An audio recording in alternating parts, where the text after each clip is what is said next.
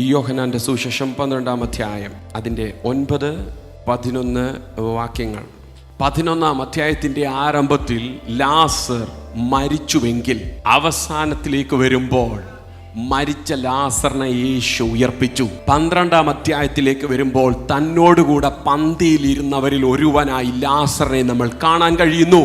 സാഹചര്യങ്ങളും ലോകവും ലാസറിനെ കല്ലറയിൽ വെച്ച് ഇനിയൊരു ഉയർപ്പില്ല, ഇതോടെ തീർന്നുവെന്ന് വിധി പറഞ്ഞിരിക്കുമ്പോൾ യേശുവിന് ലാസറിനെ പറ്റി ഒരു പദ്ധതി ഉണ്ടായിരുന്നു. അത് കല്ലറയിൽ വെച്ച് റീത്ത് വെച്ച് അനുശോചനം പറഞ്ഞു പോകാനുള്ളതായിരുന്നില്ല, തന്നോടുകൂടെ പന്തിയിൽ ഇരുത്തുക എന്നുള്ളതായിരുന്നു ദൈവിക പദ്ധതി.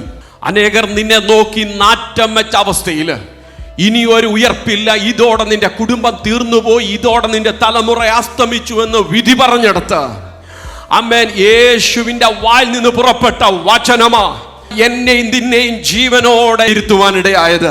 നമ്മെ എന്തിനാ അവൻ എഴുന്നേൽപ്പിച്ചതെന്നറിയാമോ? അവനോട് കൂടെ പന്തിയിലിരുത്തുവാൻ.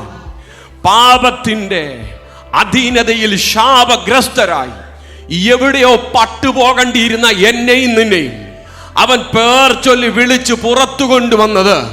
എന്നെ ശ്രദ്ധിക്കുന്ന ദൈവ പൈതലെ, നമ്മിൽ ദൈവിക പദ്ധതി നിവർത്തീകരിക്കപ്പെടാനാ.